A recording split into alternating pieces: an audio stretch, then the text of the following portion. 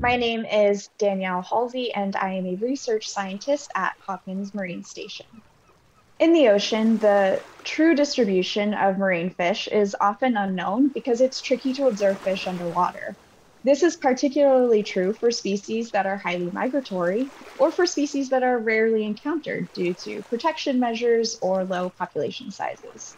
To address this, scientists build species distribution models, which leverages a species selection for different environmental properties to extrapolate where a species are likely to be.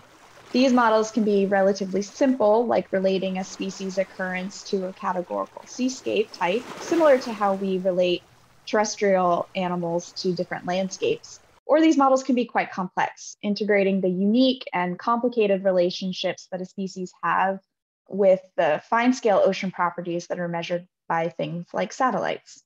One challenge of this is that we're often lacking the baseline observations of species throughout their full range. So model outputs are often limited to the geographic extent for which observations are available. And therefore, the usefulness of these models to tell us about a fish's distribution throughout their whole range may be limited.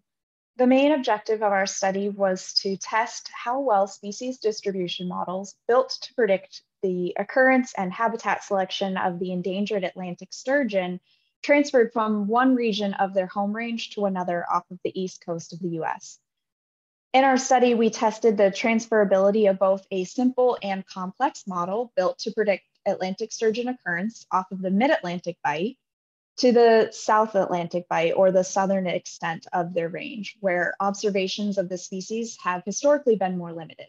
Our main findings were that the complex model originally built to predict the occurrence of Atlantic sturgeon in the mid-Atlantic bight was not able to predict their occurrence in the South Atlantic bight. However, the significant relationship that sturgeon had for a few categorical seascapes in the mid-Atlantic bight was persistent in the southern extent of their range. This is really important for our field to consider because it suggests that as we move towards more and more complex models at finer scale resolutions, we're also losing some of the generalities of habitat selection models that make them useful for extrapolating into areas where observations are limited. This means that researchers and resource managers should continue to think about their goals when they're designing future studies related to species distribution models.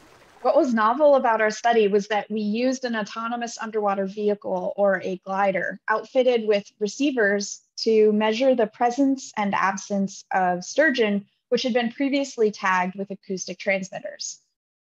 This allowed us to use a robot to survey the coastal ocean in the South Atlantic bight, targeting regions where observations of sturgeon were limited in a relatively inexpensive and non-invasive way.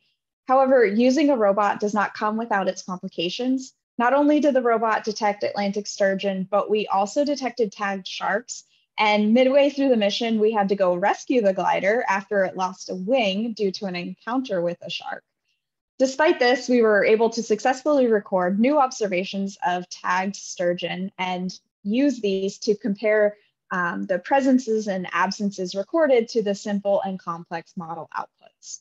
Our study not only reinforces the growing utility of underwater robots to serve as ocean sentinels, helping us collect measurements necessary to study the biology in the ocean in a more cost-efficient and less invasive way, but it also provides a case study to show that while complex regionally specific models may provide us with insights into the fine-scale relationships that a fish has with their environment in one portion of their geographic range, these relationships likely break down when the fish moves to another region, and the utility of that model is lost. So researchers may want to consider a more generalized habitat selection model to be able to extrapolate beyond the domain where models were built. For more details, please check out our full publication. Thanks.